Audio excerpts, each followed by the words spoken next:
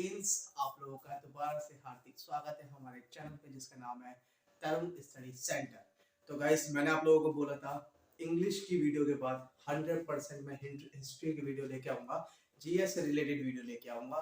तो भाई मैं ले आया हूँ इतिहास, ठीक है ना। इतिहास जानना जो है वो आवश्यक रहता है क्योंकि जीएस में इतिहास एक मेन रोल निभाता है, ठीक है ना। तो आप लोगों को हिस्ट्री की एक वीडियो मिलने वाली है, बेसिक लेवल से स्टार्ट की हुई है, बिल्कुल बिल्कुल बेसिक लेवल की चीजें बताऊंगा, बिल्कुल ही बेसिक लेवल से स्टार्ट लेके जाऊंगा क्योंकि मैथ भी मैंने बेसिक से स्टार्ट करवाई है, इंग्लिश भी मैंने खुद बेसिक से स्टार्ट करी है और हिस्ट्री भी बेसिक से ही स्टार्ट करूंगा क्योंकि कई जगहों पर मैंने देखा है हड़प्पा सीधा आ जाता है, वैदिक संस्कृति आ जाता है। चलो उन चीजों को हटा देते हैं, हम अपना बताते हैं हम कहाँ से स्टार्ट करने वाले हैं, ठीक है ना। हम ह्यूमन एवोल्यूशन से स्टार्ट करने वाले हैं, ह्यूमन एवोल्यूशन से, ठीक है ना। और चीजों को बताऊंगा कि इतिहास का कहाँ से मतलब कैसे स्टार्ट हुआ है, किस तरीके से इतिहास को लिया जाता है, इतिहास को कितने भागों में बांटा गया है, ठीक है ना। वो सारी चीजें मैं बताने वाला हूँ। आप लोग स्क्रीन की तरफ नजर गड़ा के एकदम मतलब गिद्ध वाली नजर गड़ा के बैठे रहो, ठीक है ना, वो जरूरी है, ठीक है ना। और हाँ याद देखो, ऐसे चीटिंग मत करो, ठीक है। वीडियो देखते हो, वीडियो देखने के बाद कमेंट क्यों नहीं करते, फीडबैक देने में क्या जा रहा है भाई, फीडबैक तो दो। बिना फीडबैक मुझे कैसे पता चलेगा कि मैंने वीडियो कैसे बनाई है।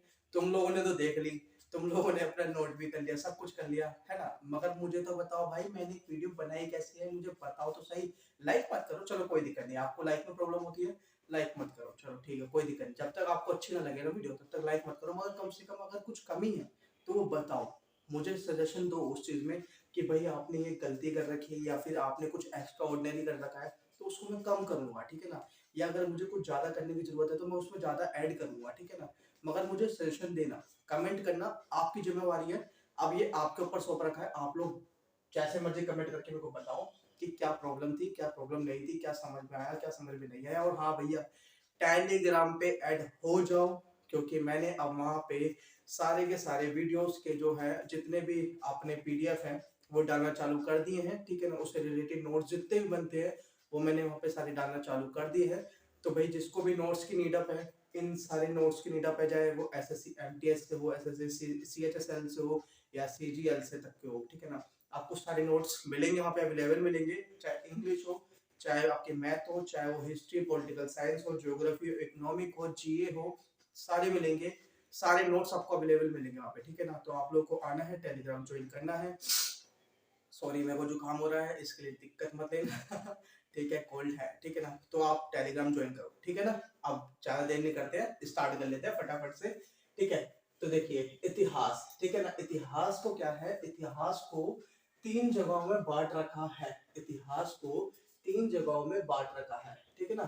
पहले आता है आपका, मैं पहले बता दूं, पहले आएगा आपका प्रागैतिहासिक ऐतिहासिक काल। क्या प्रागैतिहासिक ऐतिहासिक काल, प्रागैतिहासिक ऐतिहासिक काल आएगा, फिर आएगा अध ऐतिहासिक काल, फिर आएगा आपका ऐतिहासिक काल, ठीक है ना। प्रागैतिहासिक काल, अध ऐतिहासिक काल और ऐतिहासिक काल।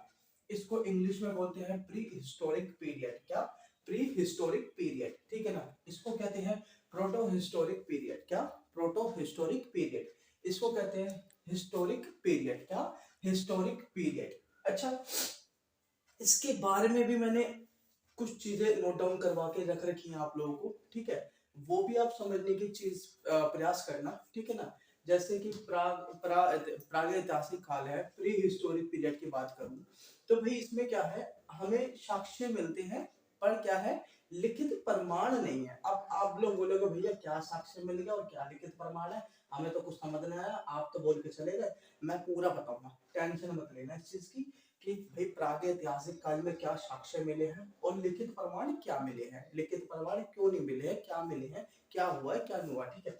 भाई देखो साक्ष्य प्रमाण हमारे पे किस चीज कैसे मैं बोल सकता हूँ कि भाई प्रागैतिहासिक काल के जो है हमारे पास साक्ष्य हैं मगर लिखित नहीं है। वो किस तरीके से बोलूंगा मैं, भाई हम पे जो, जैसे आप लोग थोड़ा हिस्ट्री में आप आगे बढ़ोगे तो उसमें आपको पता चलेगा, जैसे कि भाई आपने हड़प्पा सभ्यता के बारे में कभी पढ़ा होगा, ठीक है, हड़प्पा सभ्यता के बारे में कभी आप लोगों ने पढ़ा होगा या फिर ह्यूमंस एवोल्यूशन के बारे में आपने कभी पढ़ा होगा, तो आपको पता चलेगा कि जो ह्यूमंस एवोल्यूशन थी, जो आपके वो थे पुराने वाले आपके मानव थे, मानव वाले बोल रहे हैं, मानव बोलते हैं, हाँ मानव बोलते हैं, मानव बोलते हैं। तो पुराने जो मानव थे उनके जो उसमें साक्ष्य पाए जाते हैं। क्या साक्ष्य पाए जाते हैं? जैसे कि आपने कई फोटोज में देखा होगा कि पत्थर से बनी आकृति का गोला, है ना, जो टायर बनाया गया था पत्थर से बनी आकृति का गोला हो गया, है ना। फिर आपने तीर धनुष देखे होंगे कई जगहों पे। उनके क्या है ना, उनके साक्ष्य तो पाए गए हैं, इन लोगों के साक्ष्य पाए गए हैं, मगर क्या है, लिखित प्रमाण नहीं पाए गए हैं, लिखित प्रमाण नहीं पाए गए हैं। ऐसे ही आप लोग देखेंगे ऐतिहासिक काल, प्रोटो हिस्टोरिक पीरियड, इसके क्या है, साक्ष्य पाए गए हैं, मगर लिखित प्रमाण भी है, मगर पढ़े नहीं जा सके हैं। क्या पढ़े नहीं जा सके हैं? जैसे कि अब यहाँ पे आपको पता चलेगा कि भाई जैसे आप जाओगे आगे जाओगे हड़प्पा सभ्यता में, है ना, तो उनमें क्या है, आपको ना उनकी क्या साक्ष्य पाएगा। जैसे हड़प्पा में जो है आपको बहुत सी चीजें खोजी गई हैं अभी तक, है ना, हड़प्पा सभ्यता में बहुत सी चीजें खोजी गई है, जिसको सिंधु घाटी सभ्यता के नाम से भी जानते हैं। उसमें काफी चीजें खोजी गई हैं, बिल्कुल बहुत सारी चीजें खोजी गई है। जैसे मोहनजोदड़ो में काफी चीजें खोजी गई है, दाढ़ी वाले महादेव की मूर्ति हो गई, है ना, ब्रोंज डांसिंग गर्ल की मूर्ति है, उसमें एक काफी चीजें पाई गई है, मगर क्या है, इसका लिखित प्रमाण भी पाया गया। जो इनकी लिपियां थी वो उसको लिखित प्रमाण के रूप में देखा गया। भाई इनकी चित्रकारी जो थी उस पर जो लिखत था, लिखत जो लिखित थी उस पर जो जो भी चीज लिखी हुई थी वो हमें मिली है, मगर क्या उसको पढ़ा जा सका है? नहीं, उसको क्या है, पढ़ा नहीं जा सका है, अभी तक पढ़ा नहीं जा सका है, क्योंकि वो लिपि कुछ इस प्रकार की है, उसको पढ़ा नहीं जा सका है। ठीक है, अब आता है आपका ऐतिहासिक काल, क्या, हिस्टोरिक पीरियड। हिस्टोरिक पीरियड, भाई हिस्टोरिक पीरियड के साक्ष्य, हाँ जी हैंगे, लिखित प्रमाण, हाँ जी हैंगे, पढ़े जा चुके हैं क्या? हाँ जी पढ़े भी जा चुके हैं। अशोक के जो अभिलेख है 1837 में जेम्स प्रिंसेप ने पढ़े हैं। क्या?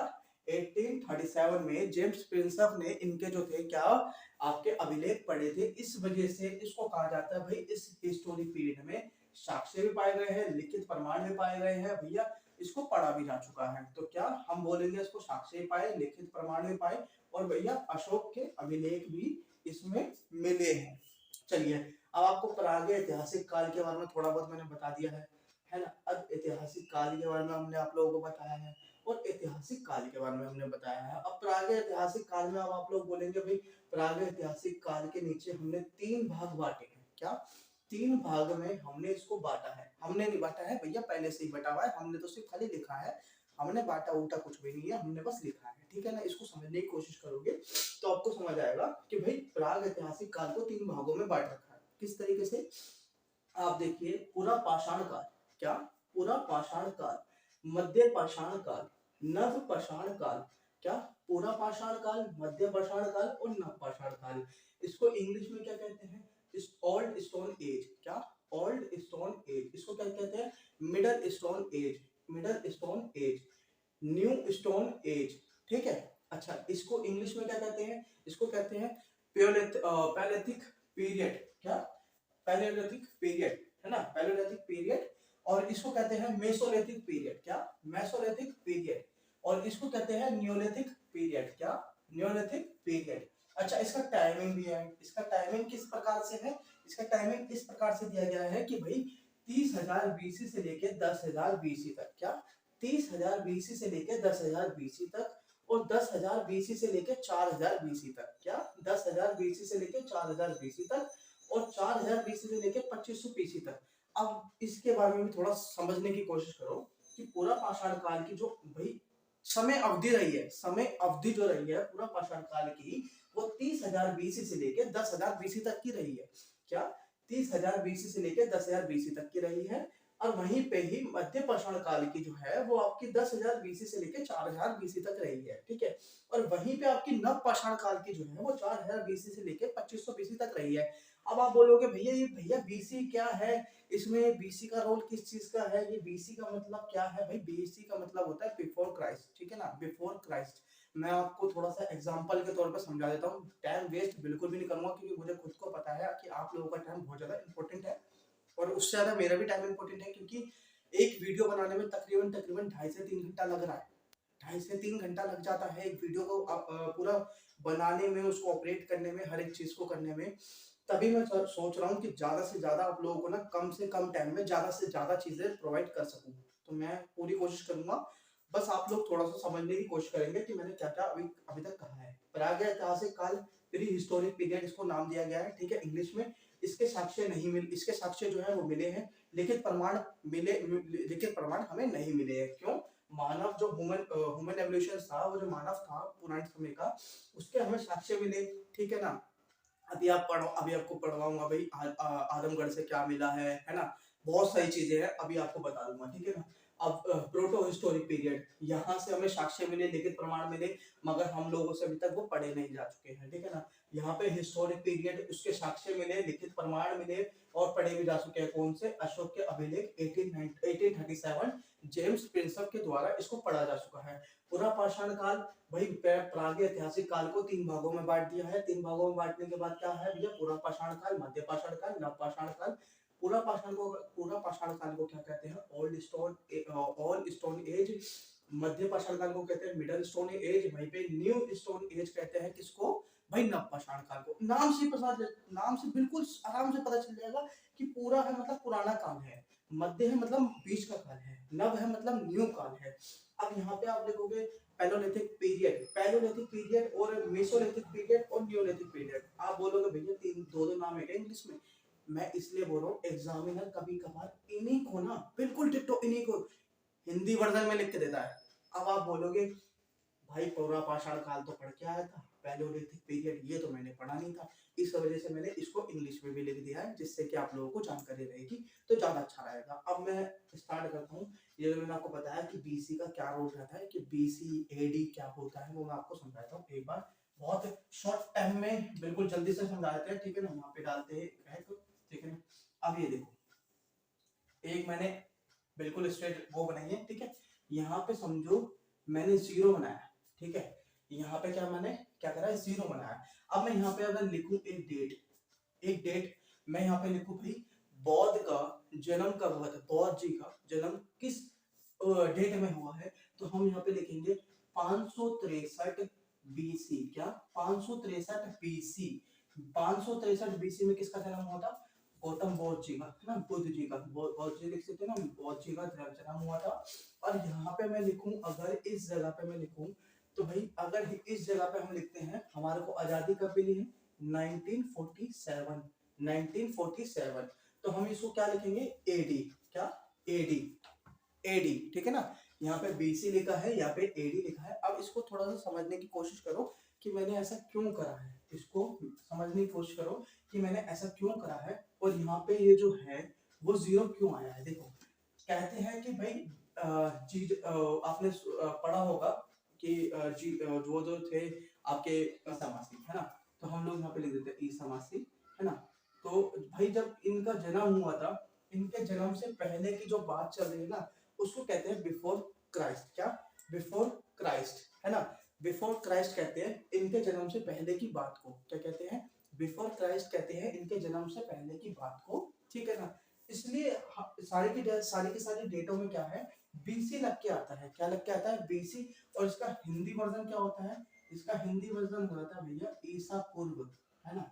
ईसा पूर्व, ईसा पूर्व हो जाता है इसका हिंदी वर्जन, ठीक है ना। ईसा पूर्व जिसको कहा जाता है भैया 563 ईसा पूर्व में गौतम बुद्ध जी का जन्म हुआ था, है ना, गौतम बुद्ध जी का जन्म हुआ था। अब मैं यहाँ पे लिख सकता हूँ इसको 1947, मतलब हिंदी में लिखूं तो ईसवी लिखूंगा, है ना, ईसवी, है ना, ईसवी लिखूंगा। अब मैं यहाँ पे आपने लिखा ईसा पूर्व, यहाँ पे लिखा मैंने ईसवी। आप लोग बोलोगे भाई कंफ्यूज कर रहे हो, यहाँ पे ईसा पूर्व है, यहाँ पे ईसवी है, कुछ समझ नहीं आ रहा है, इसके लिए भी दोबारा बता देता हूँ। देखो, यहाँ पे ईसा मसीह के जन्म से पहले क्या बात हो रही है? बिफोर क्राइस्ट की। क्या? बिफोर क्राइस्ट की।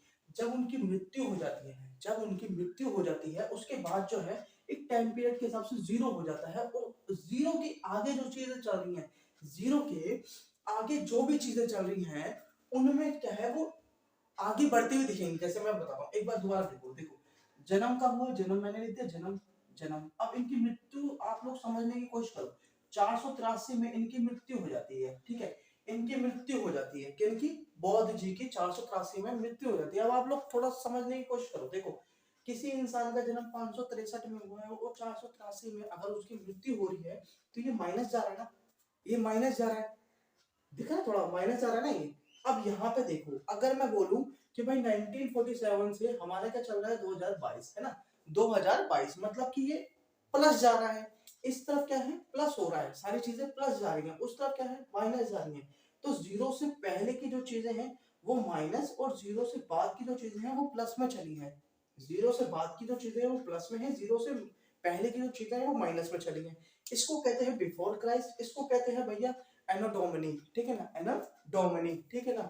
इसको एडी कहते हैं, इसको बीसी कहते हैं, इसको हिंदी में ईसा पूर्व कहते हैं, इसको ईसवी कहते हैं। जहां तक मुझे लगता है कि मैंने इसको इतना तो सही से समझा दिया है कि आप लोगों को ना ढंग से समझ आ चुका होगा, इसलिए मैं थोड़ा साइड हो जाता हूँ। आप लोग फटाफट से इसको नोट डाउन करिए और नेक्स्ट स्लाइड पे चलते हैं। नोट कर लिया होगा, नेक्स्ट स्लाइड आ गई है, ठीक है। नेक्स्ट स्लाइड पे देखिए मैंने आप लोगों को क्या क्या समझा दिया है। पूरा पाषाण काल, मध्य पाषाण काल और नव पाषाण काल, कि मानव ने किस तरीके से अपना विकास किया। क्या मानव ने किस तरीके से अपना विकास किया, क्योंकि प्रागैतिहासिक काल को 3 भाग में बांटा। अब 3 भाग में बांटने के बाद इसमें जो है पूरा मानव का इतिहास के बारे में बात की गई है। जो पुराना मानव था ना उसके इतिहास के ऊपर बात की गई है। अब आप लोगों को थोड़ा बहुत तो समझ में आया होगा ना कि मानव का जो इतिहास था वो दिन पे दिन बढ़ता गया ना, मतलब आगे की तरफ चलता चला गया। उस आगे की तरफ जब वो चले हैं, जैसे पुराना पाषाण काल मतलब पुराना पाषाण, पुराना मतलब समय, मध्य पाषाण मतलब बीच का समय, नव पाषाण काल मतलब नया समय आया। तो हर एक समय के टाइम पे उन्होंने कुछ ना कुछ तो अपने आप को अपडेट किया होगा। जैसे कि हम हैं, हमने 2010 तक कुछ करा होगा, तो दूसरे 2020 तक आते आते हमने कुछ नया अचीव करा होगा ना अपनी लाइफ में, कुछ ना कुछ तो नया अचीव करते चले गए होंगे। तो वैसे ही उन्होंने भी अपनी लाइफ में क्या नया अचीव करा है वो इन 3 भागों में बटा हुआ है। क्या पूरा पाषाण काल, मध्य पाषाण काल और नव पाषाण काल।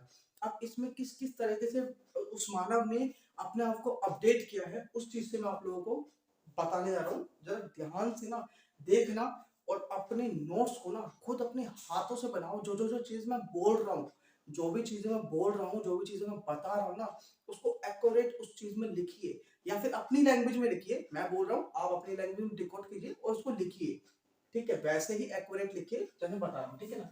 देखिए पूरा पाषाण काल 30,000 बीसी से लेकर 10,000 बीसी तक है, ठीक है। इसमें मानव ने क्या करा, पत्थर का प्रयोग करना सीखे, पत्थर का प्रयोग करना सीखा, गुफा में रहता था, आग के बारे में जाना किस तरीके से। अब देखिए समझने की कोशिश कीजिए कि पत्थर का प्रयोग किस तरीके से किया। कि भाई आप लोगों ने देखा हो कार्टून के टाइम में, भाई कुछ कार्टून आते ना, वो उसमें पत्थर को मतलब रगड़ते हैं तो उसमें चिंगारी निकलती है और फिर मतलब अचानक ही आग लग जाती है। तो फिर उसी तरीके से इन्होंने पत्थर का प्रयोग करना है चालू करा है। किस किस चीजों में चालू करा है अब वो भी देखिए। जैसे कि इन लोगों ने उस पत्थर का प्रयोग किस तरीके से करा होगा। सपोज करिए, मतलब एक बात बता रहा हूँ, सपोज करने की कोशिश करो। जैसे कि उस पत्थर का प्रयोग इन्होंने रगड़ के मतलब अचानक रगड़ा और आग लगी उस चिंगारी की वजह से, तो वहां पे आग जली, ठीक है। तो इन्होंने क्या करा, उस आग के बारे में जानना चालू करा। आग का अगर अगर क्वेश्चन आता है एक पल को कि भाई आग के बारे में कब जाना, आग के बारे में कब जाना है, तो वो पूरा पाषाण काल में ही जान लिया था मानव ने। पूरा पाषाण काल में ही मानव ने आग के बारे में खोज कर ली थी, आग के बारे में जान लिया था उन लोगों ने कि भाई आग क्या चीज है, ठीक है ना, उनको पता चल गया था। इसमें क्या था, इन लोगों ने अब क्या था, गुफा में रहना चालू करा धीरे धीरे धीरे। अगर एटमॉस्फेयर उस समय का जो रहा होगा, भाई कुछ भी रहा होगा, हमें तो पता नहीं है क्योंकि मैं उस काल का हूं नहीं। मैंने बस पढ़ा है, स्टडी किया है, मैं उसके तौर पर आप लोगों को बता दूं कि इन लोगों ने अपने आप को जिस तरह से अपडेट किया। अगर बारिश वारिश आई होगी या फिर कुछ चीजें हुई होंगी, कुछ भी घटित हुआ होगा उस समय, तो इन्होंने गुफाओं में रहना चालू कर दिया था उस समय तक, ठीक है। अब आग के बारे में जाना, पत्थर के बारे में जाना और गुफा में रहना चालू किया। वहीं पे आता है मध्य पाषाण काल, जो स्टार्ट होता है आपका 10,000 बीसी से लेके 4,000 बीसी तक का। क्या 10,000 बीसी से लेके 4,000 बीसी तक चलता है। इसमें ये लोग क्या करते हैं कि भाई शिकार प्रारंभ कर देते हैं। क्या शिकार का प्रारंभ कर देते हैं, भाई शिकार को करना प्रारंभ कर देते हैं। किससे करते हैं, तीर कमान से। अब ये अपडेट हो गए, धीरे धीरे करके अपडेट हो गए हैं। जैसे कि कई मूवीज में देखा होगा आपने, हॉलीवुड या बॉलीवुड में देखा होगा कि भाई कुछ वो आदि मानव प्रजातियां होती है, वो तीर के आगे पत्थर का नोकीला टाइप का पत्थर लगा देते हैं, है ना। तीर के वो लकड़ी होती है, लकड़ी के आगे वो तीर का वो कुछ लगा देते हैं पत्थर का टाइप का। तो उससे इन्होंने तीर कमान का आविष्कार किया, ठीक है। अब इन्होंने देखा होगा कि भाई हम जानवर को किसी चीज से मारते हैं जाके, तो क्या है कि वो थोड़ा मतलब सेफ फील नहीं करते होंगे ये लोग उस चीज से, कि भाई दूर से रहना शिकार को मतलब वो करना चाहते होंगे कि भाई दूर से रह के शिकार को मारे, है ना। उस चीज से रिलेट करके देखिए कि तीर कमान का प्रयोग करा, ठीक है। इसमें लिखा है पशुपालन शुरू किया गया। क्या पशुपालन शुरू किया गया। अब पशुपालन किस तरीके से शुरू किया गया, कभी कभार क्वेश्चन में आ जाता है कि भाई पशुपालन का जो शुरू किया गया, इन्होंने शुरू किया था, इसके साक्ष्य किस तरफ से, किस जगह से मिलते हैं, कहाँ से मिलते हैं, वो जरा गौर करो कि पशुपालन का जो शुरू किया है इन लोगों ने, इसके साक्ष्य किस तरफ से मिलते हैं। आदमगढ़ एमपी से मिलते हैं, मध्य प्रदेश में पड़ता है आदमगढ़, वहां से इसके साक्ष्य मिले हैं, किसके, पशुपालन के। ठीक है। अच्छा, पहला पशु कौन सा था इनका, ये भी क्वेश्चन आया है कई बार, पहला पशु कौन सा था। तो पहला पशु उस समय का कुत्ता रहा था। क्या, कुत्ता, डॉग। ठीक है ना, कुत्ता रहा था पहला उस समय इन लोगों का पशु। ठीक है। फिर जो दूसरे नंबर पे आता है वो आती है आपका घोड़ा। प्रिय पशु में पशु जो था इनका पहला पशु, वो इन लोगों का कुत्ता था। फिर दूसरे नंबर पे अगर किसी एग्जाम में आता है तो वो घोड़ा आता है, और तीसरे नंबर पे फिर बिल्ली आता है। ठीक है ना।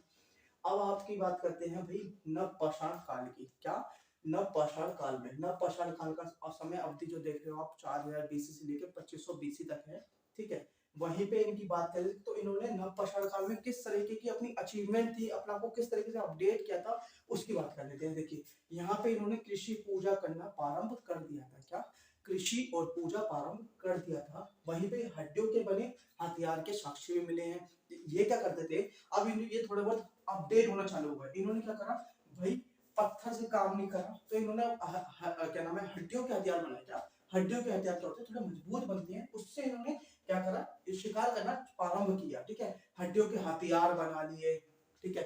या फिर हड्डियों के कुछ सॉरी हड्डियों के शायद नेकलेस टाइप भी देखने को मिलते हैं कई कई जगहों पे, है ना। हड्डियों के हथियार बनाए, उसके साक्ष्य किस तरफ से मिलते हैं, ये क्वेश्चन आ सकता है। ये क्वेश्चन आ सकते हैं, दो क्वेश्चन, ये दो तीन क्वेश्चन जो है वो आ सकते हैं, और आए भी हैं गवर्नमेंट जॉब के एग्जाम्स में कि भैया पूरा पाषाण काल के समय या फिर मध्य पाषाण काल के समय भाई किस, कहाँ पे पशुपालन का, कहाँ पे पशुपालन के साक्ष्य पाए गए हैं। तो आप लोग बता सकते हैं भाई आजमगढ़ एमपी में पाए गए हैं। और नव पाषाण काल के समय में हड्डियों के जो साक्ष्य पाए गए हथियारों के, वो कहां से पाए गए हैं, वो बिहार से पाए गए। कहां से, बिहार से पाए गए हैं। ठीक है ना। अब बात कर लेते हैं हम लोग इसकी आगे की कि भैया पहिए का आविष्कार किया, ये सबसे बड़ी खोज थी नवपाषाण काल में कि पहिए का आविष्कार किया उस समय के मानव ने, उस समय के मानव ने पहिए का आविष्कार किया था। ठीक है ना। अब बात कर लेते हैं कृषि में। कृषि में इन लोगों के जो साक्ष्य मिले हैं वो गेहूं और जौ के जो मिले हैं, उस समय के जो गेहूं और जौ के साक्ष्य मिले हैं वो आपके मिले हैं मेहरगढ़ से। कहां से, मेहरगढ़ से मिले हैं। ठीक है ना। अब आपका मेहरगढ़, अब आप लोग बोलेंगे मेहरगढ़ कहाँ पे पड़ता है, मेहरगढ़ पाकिस्तान में पड़ता है। ठीक है ना, ये बात याद रखिएगा कि मेहरगढ़ पाकिस्तान में पड़ता है। अब ये देखिए, धान की खेती प्रारंभ की इन लोगों ने, धान की खेती। अभी धान की खेती क्या है, अब ये धान की खेती होती है भाई, आप लोगों को पता होगा या नहीं पता होगा, थोड़ा बहुत लोगों को पता होगा कि चावल होता है, चावल, है ना। चावल तो समझ रहे हो ना, चावल, राइस, राइस, राइस, चावल। चावल की खेती के साक्ष्य किस तरफ से पाए गए हैं, कहां से पाए गए हैं, तो क्या है, कोल्डी हवा, कोल्डी हवा नामक जगह से पाए हैं। उसको क्या बोलते हैं आज के जमाने में, प्रयागराज। क्या, प्रयागराज में पड़ता है कोल्डी हवा, वहां से इसके साक्ष्य पाए गए हैं, किसके, धान की खेती के। अब तांबे की खोज, एक एक टाइम पे मेरे को याद आ रहा है किसी गवर्नमेंट जॉब के एग्जाम में ये शायद क्वेश्चन पूछा गया था कि तांबे की खोज किस समय, किस अवधि में की। हाँ, तांबे की खोज कब की गई थी, नव पाषाण काल, पूरा पाषाण काल, मध्य पाषाण काल, प्रागैतिहासिक काल, ये ऐसे मतलब कुछ क्वेश्चन टाइप कुछ था कि पता नहीं तांबा था या फिर शायद मेरे ख्याल से लोहे की खोज थी, ऐसे कुछ था। तो मगर आप लोगों को पता होना चाहिए कि भाई तांबे की खोज कब की गई है। लोहे की खोज भी अभी आप लोगों को पता चलेगा कि लोहे की खोज कब मानव ने शुरू करा, लोहे का प्रयोग किस तरीके से चालू हुआ है, वो हड़प्पा सभ्यता के बाद वैदिक संस्कृति में जब आप लोग जाएंगे तब आप लोगों को सब कुछ समझ में आना चालू हो जाएगा वहां से। ठीक है ना। तो यहाँ पे क्या है, तांबे की खोज की नव पाषाण काल में, पूरा पाषाण काल से मध्य पाषाण काल अपडेट हो गया था मानव, मध्य पाषाण काल से नव पाषाण काल में और अपडेट हो गया था मानव। ठीक है ना। इन सब चीजों को आप लोग क्या है नोट करेंगे, और नोट करने के बाद नेक्स्ट स्लाइड में मैं आप लोगों को मिलता हूँ। ठीक है ना, जब तक आप लोग इसको नोट करिएगा। तो आप लोगों ने वो सब चीज नोट कर ली होगी, है ना। ठीक है। तो नेक्स्ट स्लाइड आ चुकी है। इसमें क्या है कि मानव का विकास, क्या, मानव का विकास। अब मानव का विकास किस तरीके से हुआ है, किस तरीके से हुआ है, अब मैं आप लोगों को वो बता देता हूँ। ठीक है। आप लोग देख रहे होगे यहाँ पे क्या लिखा हुआ है कि भाई ऑस्ट्रेलोपिथेकस, क्या एस्ट्रोलोपिथेकस कहाँ का मानव था? ये था दक्षिण अफ्रीका का। कहाँ का? दक्षिण अफ्रीका का मानव था, ठीक है ना। जावा मानव, जावा मानव, जावा द्वीप का मानव था, ठीक है। पेकिंग मानव, क्या? पेकिंग मानव कहाँ का मानव था? चीन का मानव था। कहाँ का? चीन का मानव। ये क्या लिखा हुआ है? निएंडरथल जर्मनी का मानव था। क्रोमोनोन, क्या था? क्रोमेनोन, क्रोमेनोन कहाँ का मानव है? फ्रांस का मानव है। कहाँ का है? फ्रांस का मानव है। अब क्या है? आधुनिक मानव 3600 बीसी। क्या? आधुनिक मानव 3600 बीसी। वैज्ञानिक नाम क्या है ये आप लोग मुझे बताएंगे, ठीक है ना। वैज्ञानिक नाम क्या है आप लोग मुझे बताएंगे, ठीक है ना। अब क्या है? ये क्या है? मानव विकास। अब देखिए ये धीरे धीरे ना अलग अलग पीढ़ी में ना बढ़ते चले गए हैं। क्या? अलग अलग पीढ़ी में बढ़ते चले गए हैं ये लोग, ठीक है ना। क्या है? अलग अलग पीढ़ी में बड़े हैं, इसलिए इन लोगों का अलग अलग जन्म स्थान से क्या है? अलग अलग जन्म स्थान है। ये किसने बताया है? ये किसने बताया है? ये चार्ल्स डार्विन जी ने बताया है। चार्ल्स डार्विन मानव विकास का सिद्धांत बताया इन्होंने। क्या बताया? मानव विकास का सिद्धांत बताया है। इनकी बुक का नाम है, इनकी बुक में लिखा है, इनकी बुक का नाम है ऑर्गिन ऑफ स्पीशीज। क्या? ऑर्गिन ऑफ स्पीशीज, जो इन्होंने लिखी थी 1859 में, ठीक है ना। इन्होंने इस बुक में लिखा था। इस बुक में लिखने के बाद ना एक चर्चा हो गई कि भाई जो मानव है वो किसकी, मतलब किसकी देन है, किसकी देन है भाई। कुछ लोग कहते हैं कि मानव जो है वो बंदर की प्रजाति से है, लंगूर की प्रजाति से है। तो इसी वजह से ना इन्होंने एक बुक लिखी थी और एक ऑर्गन ऑफ स्पीशीज 18 आपका 59 में, ठीक है। इसमें ये लोग ये ना ढंग से उस चीज को मतलब दर्शा नहीं पाए थे। इस चक्कर में आके इन्होंने अपना दूसरा बुक निकाला। क्या? डिसेंट ऑफ मानव। क्या? डिसेंट ऑफ मानव 1871 में इन्होंने एक बुक लिखी। इनका कहना क्या है मानव सिद्धांत के ऊपर? इनका कहना क्या है? इन्होंने कहा है कि केवल बानर जो है ना, केवल बानर जो है वो ही मनुष्य के समीप है। हम ये नहीं कह सकते कि हम जो हमारा जो विकास हुआ है, हमारे शरीर का विकास हुआ है, हमारा जो चीजों का विकास हुआ है, वो क्या हम बंदर से थोड़ा ना पैदा होके आए हैं। हमने बंदर का विकास थोड़ी ना लिया है। अरे भैया बंदर का विकास हम लोगों ने नहीं लिया है। बंदर मतलब वानर जो ना, वानर वानर हमारे समीप है। मतलब वानर जो है वो हमारे समीप है। आपने कई देखा होगा, एक साइंस के उसमें लैब में अभी कुछ टाइम पहले चल रहा था कि जो मतलब एक बानर था और एक इंसान का पुतला था, वो दोनों साथ में रखे हुए थे और सेम ही मतलब स्ट्रक्चर जो है वो बिल्कुल सेम है। मगर ये थोड़ी ना है कि हम उनसे मतलब विकसित होके यहाँ पे आ गए। मैं मतलब बानर हूँ, मैं आपको पढ़ाने आ गया, मैं थोड़ा सा डेवलप हो गया, मैं पढ़ाने आ गया। ऐसा नहीं है भाई साहब, ऐसा बिल्कुल भी नहीं है। ये थॉट्स निकाल दो दिमाग से, ठीक है, कि बंदर की प्रजाति को, क्योंकि मैं भैया श्रीवास्तव की प्रजाति से हूँ। मैं बानर की प्रजाति से नहीं हूँ। आप लोग बताना कि आप लोग किस प्रजाति से हो, बंदर की प्रजाति से हो, बानर की प्रजाति से हो, मुर्गी की प्रजाति से हो। मैं आप कमेंट करके, ये स्पेशल टॉपिक है, ये बताओगे आप लोग मुझे। ये इसका तो मैं बता रहा हूँ, इसको बताना पड़ेगा आप लोगों को, ठीक है ना। तो इन्होंने क्या बोला है? इन्होंने बोला है केवल जो बानर है ना, केवल जो बानर है वो ही मनुष्य के समीप है, ठीक है। इन्होंने अपनी दोनों बुकों में इस चीज का जिक्र किया है, ठीक है। अब क्या है, अब मैं आपसे एक चीज का और बोलूं कि एक ना मतलब जो अपनी एसएससी सीजीएल या हर एक चीज में मतलब एग्जाम है, मतलब मैं टोटल बोलूं गवर्नमेंट जॉब्स के टोटल एग्जाम्स में अगर जीएस का एक अच्छा सा एक क्वेश्चन बनता है ना, वो बनता है इतिहास के जनक कौन है। क्या? इतिहास के जनक कौन है, उसका एक अच्छा सा एक क्वेश्चन बनता है। उनके नाम है हेरोडोट्स। क्या? हेरोडोट्स। जो जो मतलब जो एक न्यू स्टूडेंट अभी स्टार्ट कर रहा है ना, जो बिल्कुल अभी स्टार्ट कर रहा है स्टडी करना गवर्नमेंट जॉब्स के लिए, उसके लिए एक बहुत अच्छा क्वेश्चन है ये कि भाई इतिहास का जनक कौन है? हेरोडोट्स। जिन लोगों ने पढ़ा होगा उनको तो हमें मतलब मैं कह रहा हूँ याद होगा, अभी तक याद होगा कि भाई इतिहास के जनक कौन है? हेरोडोट्स। अगर भूल गए हो तो याद कर लेना, ठीक है। इनका जन्म कब हुआ था? 484 बीसी में, और इनकी मृत्यु कब हुई थी? 425 बीसी में, ठीक है। ये आपका जो आज का था मानव इतिहास के ऊपर जो मैंने आप लोगों को पढ़ाया है, मानव एवोल्यूशन के ऊपर जो मैंने आप लोगों को पढ़ाया है, ठीक है ना। ये सब चीजें आप लोग मुझे बताओगे। हाँ, इनका जो जन्म स्थान था, इनका जो जन्म स्थान था वो इनका यूनान था, और एक इनकी बुक भी थी, क्या है, हिस्टोरिका। ये थोड़े पीछे निकाल, दिमाग से निकल गया। इनकी जो बुक थी वो है हिस्टोरिका, इनका जो जन्म स्थान है वो है यूनान, ठीक है। और इसका आंसर आप लोग मुझे कमेंट में पिन करोगे भाई। आधुनिक मानव 36,000 बीसी वैज्ञानिक नाम क्या है? आप मेरे को कमेंट में करके बताओगे इसका आंसर। मैं आपसे बोल रहा हूँ, फिर से बोल रहा हूँ, कमेंट करना है, कमेंट में बताना है वीडियो कैसी थी और आप लोगों को समझ में आया भी है नहीं आया। जो चक्षु थे वो थोड़े बहुत टाइट हुए या नहीं हुए? टाइट हो गए होंगे, मैं 100% गारंटी देता हूँ, टाइट हो गए होंगे, ठीक है ना। ये सारी चीजें आप लोग अपने स्क्रीन में नोट डाउन, और स्क्रीन में नोट डाउन, नोटबुक में नोट डाउन करेंगे, ठीक है ना। और आज का लिए हिस्ट्री का जो ये जो चैप्टर था ये मैंने खत्म कर दिया, मानव एवोल्यूशन का जो था आपका, ठीक है ना, ह्यूमन एवोल्यूशन के ऊपर। अब कल कल या फिर नेक्स्ट जो आने वाली वीडियो होगी इसकी, उससे रिलेटेड वो आपका आपका पड़ेगा हड़प्पा सभ्यता से, मतलब सिंधु घाटी सभ्यता, जो नया चैप्टर आएगा आप लोगों का। बिल्कुल मैं बिल्कुल बेसिक से लेके चलूंगा। ये स्टार्टिंग थी, इसके बाद जो आने वाला चैप्टर है वो सिंधु सभ्यता का रहेगा, ठीक है ना। मैं आपको नेक्स्ट चैप्टर में मिलता हूँ, अभी के लिए बाय बाय, टाटा, धन्यवाद।